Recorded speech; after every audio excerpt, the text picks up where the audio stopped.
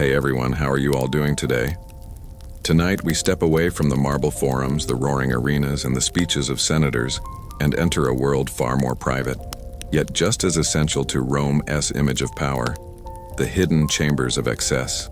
This is the story of those who planned and orchestrated the notorious Roman orgies, the feasts of pleasure that have echoed through history as the very symbol of decadence. To the outside world, Rome was a place of discipline, order, and law. But behind the guarded doors of villas and palaces, another Rome unfolded, one of indulgence, spectacle, and calculated pleasure. These events were not thrown together at random. They were carefully staged, as much performances as they were acts of desire. And at the center of it all stood the orgy planner, a figure who was equal parts organizer, entertainer, and confidant to the most powerful citizens of the empire. The planner's job began long before a single guest arrived. Every detail mattered: the scent of the room, the arrangement of cushions, the selection of wines, the order in which foods were served, and the very rhythm of the evening. To fail in any of these could risk not only embarrassment but the wrath of senators, generals, or even the emperor himself. And make no mistake, these gatherings were more than indulgence. They were instruments of power. Alliances were sealed in whispers over goblets of Falernian wine. Rivalries simmered beneath the music of lutes and the laughter of dancers. To attend was to be seen, and to be seen was to remain relevant in the treacherous game of Roman politics. For the planner, this meant walking a fine line, creating an atmosphere of abandon while never losing control, offering pleasure without chaos, and ensuring that every guest, no matter how powerful, left satisfied, impressed, and perhaps indebted.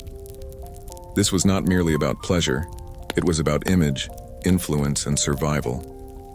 And the man or woman behind the curtain was the unseen hand that made decadence possible. The life of a Roman orgy planner did not begin at night, with music and feasting. It began at dawn, in the quiet hours when the city was still shaking off its sleep. While senators and generals lounged in their villas, the planner was already at work, orchestrating an invisible empire of servants, cooks, and entertainers. The first task was always supplies. Exotic fruits, rare spices, and amphorae of the finest Falernian wine had to be secured and delivered on time. Honey from distant provinces, oysters brought in packed with ice from the coast, figs and dates from the markets, all had to be inspected with a meticulous eye. A single spoiled dish could ruin not just the evening, but the planner's reputation. Next came the household staff. Slaves and attendants were given precise orders: who would prepare the couches, who would mix the perfumes, who would carry torches once night fell. Every role was rehearsed like a military drill. Discipline was essential, for when the elite of Rome gathered, nothing less than perfection would suffice. But food and service were only the beginning. The planner had to set the tone of the night. Musicians were selected carefully: flute players to open the evening, harpists to soften conversations, drummers to heighten the pulse of the later hours. Dancers were instructed in their routines, balancing sensuality with elegance. Even the incense was chosen with intention: frankincense for grandeur, myrrh for intimacy, rose petals for a final touch of allure. And yet, beneath all the splendor, there was calculation. Seating arrangements were plotted like a political map. Which senator should recline next to which general? Which rival families should be kept apart, or perhaps placed side by side to provoke tension? Every couch placement was a strategy, every pairing a move in the game of influence. By midday, the villa would already be buzzing with preparation, though the guests themselves would not arrive for hours. For the planner, there was no luxury of rest. The day was a constant balance between beauty and power, indulgence and order. In the empire where image was everything, the orgy planner was not merely setting a table.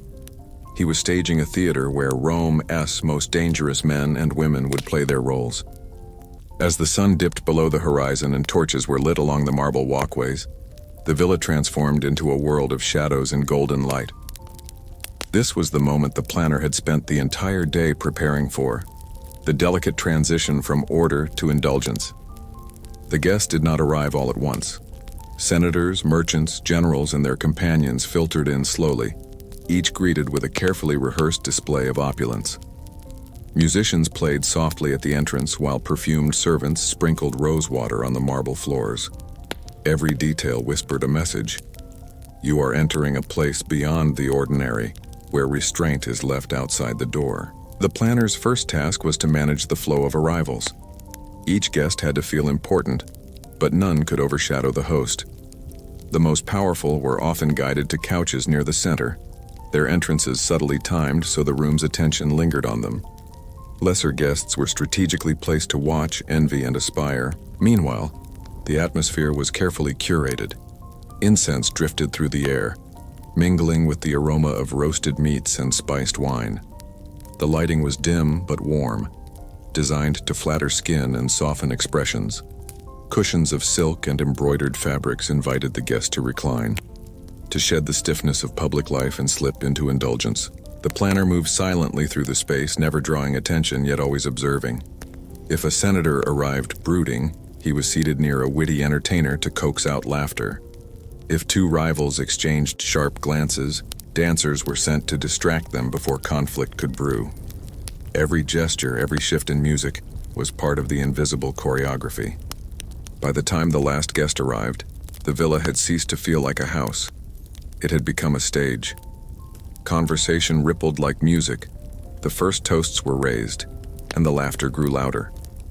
Beneath it all, the planner's hand guided the rhythm, ensuring that indulgence bloomed slowly like a flower unfolding through the night. The feast had not yet reached its peak, but the transformation was complete. From the rigid Rome of the daylight into the Rome of desire, where politics and pleasure intertwined beneath the flicker of lamplight. As the night deepened, the feast swelled into its most dazzling form. This was the point where the planner's skill was most visible, and yet most invisible. The art lay in making indulgence feel effortless, though every moment had been meticulously calculated. The tables groaned with abundance.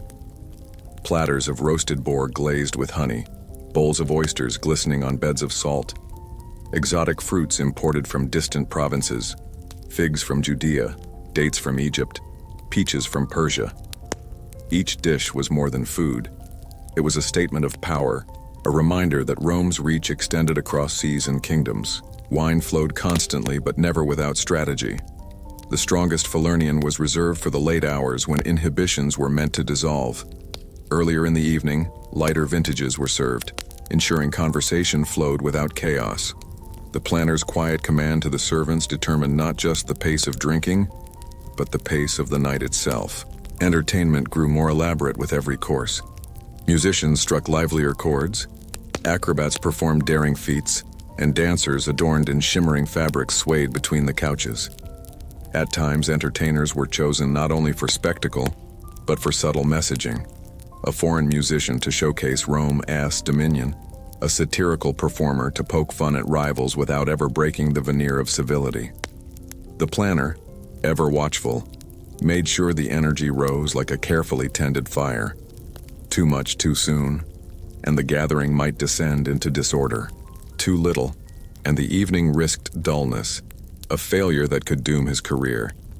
He shifted the rhythm as a conductor does an orchestra, laughter here, awe there, desire simmering just beneath the surface. It was at this peak that politics blended seamlessly with pleasure. A senator whispered alliances over shared wine. A general secured future support with a gesture as subtle as offering a fig. Deals that shaped the empire were not only made in the Senate, they were forged here amid music, silk, and intoxication. And yet the planner knew this was only the middle act. The feast had to build further, carrying guests from satisfaction into abandon. The challenge was not feeding their bodies, but luring their minds into a state where the boundaries of Rome itself seemed to dissolve. As the night pressed forward and the amphorae of wine ran freely, the feast shed its final layer of restraint. What began as a banquet of elegance transformed into the infamous spectacle that made Roman indulgence legendary. This was the most dangerous moment for the planner, when order had to be maintained even as chaos was invited. The atmosphere shifted first in sound. Music grew louder, bolder, pulsing with rhythm. Laughter turned to shouting, whispers into open declarations. Dancers discarded layers of silk. Acrobats blurred into provocateurs. and entertainers began mingling directly with the guests. The boundaries between performance and participation dissolved, as carefully intended. The villa itself seemed to change. Incense grew heavier, candles burned lower, and shadows deepened along the walls. Cushions were rearranged, curtains drawn, chambers opened, every alteration designed to encourage intimacy.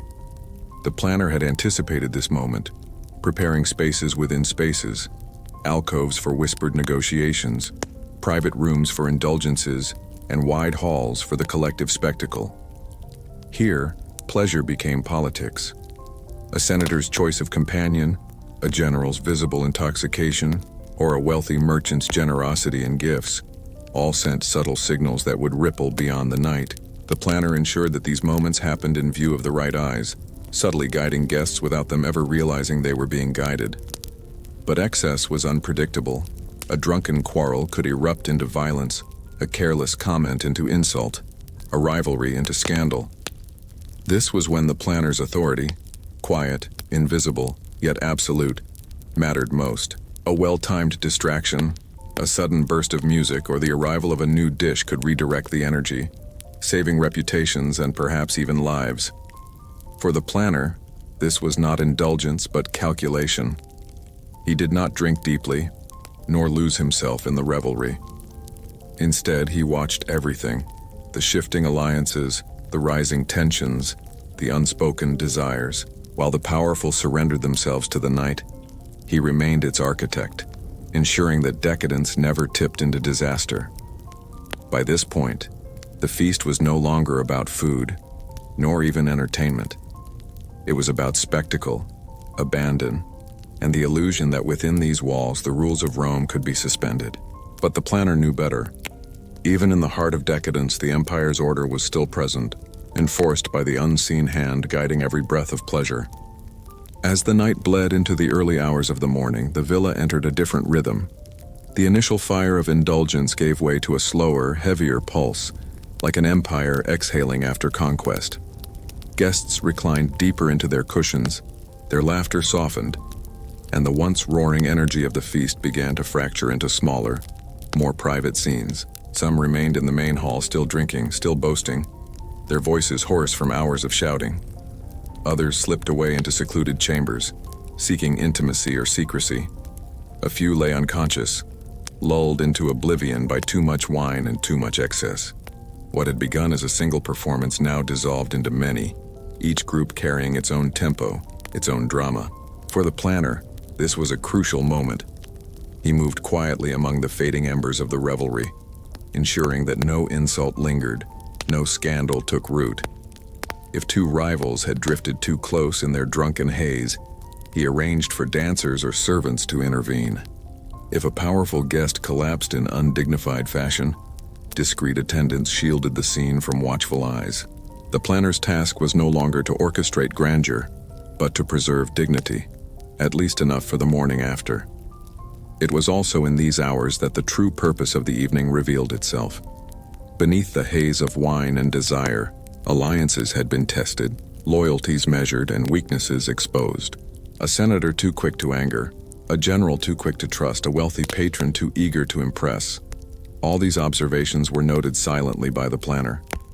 He was not merely the host behind the curtain, he was a witness to the subtle shifts of Rome's power. The air grew heavier with smoke and perfume, cushions stained with spilled wine, the floor littered with fruit peels and forgotten sandals. The grandeur of the feast was giving way to exhaustion, but even in decline the night held its own strange beauty.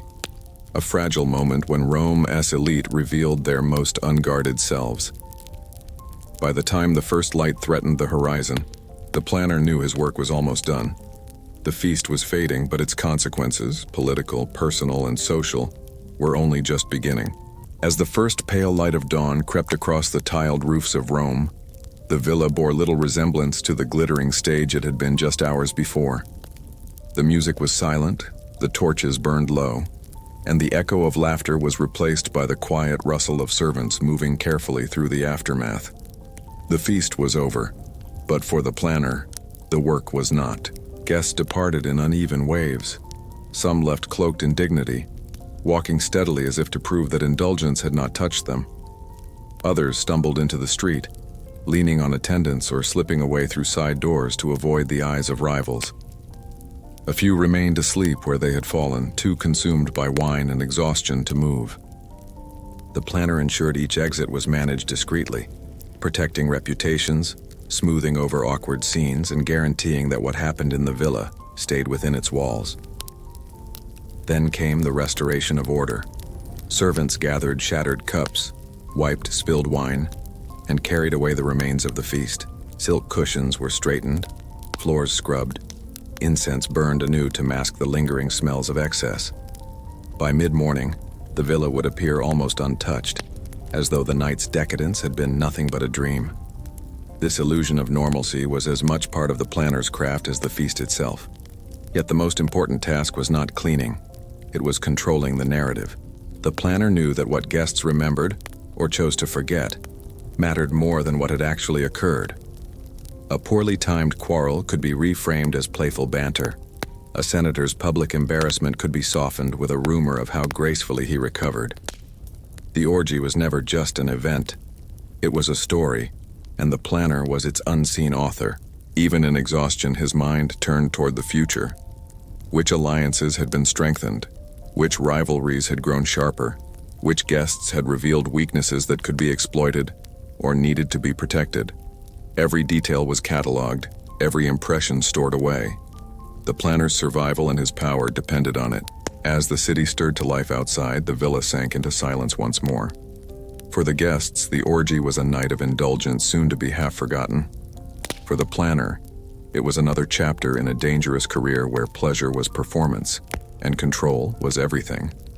And even as the marble floors gleamed once again, preparations for the next spectacle had already begun. Because in Rome, decadence was not an exception, it was an expectation.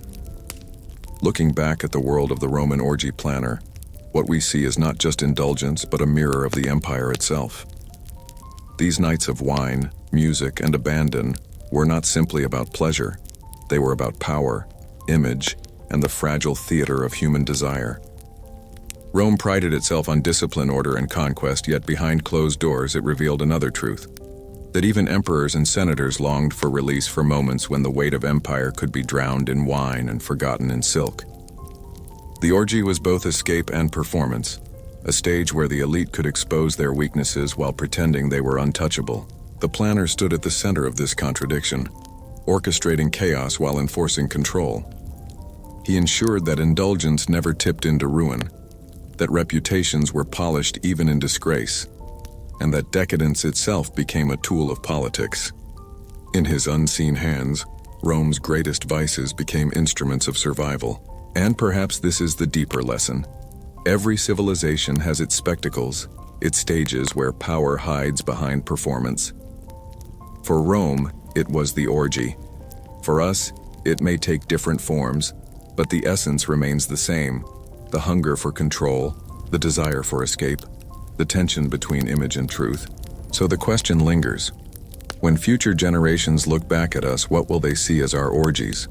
Our carefully staged illusions of power and pleasure, meant to distract from the realities beneath. In the end, the Roman orgy planner was not just curating decadence, he was curating Rome itself.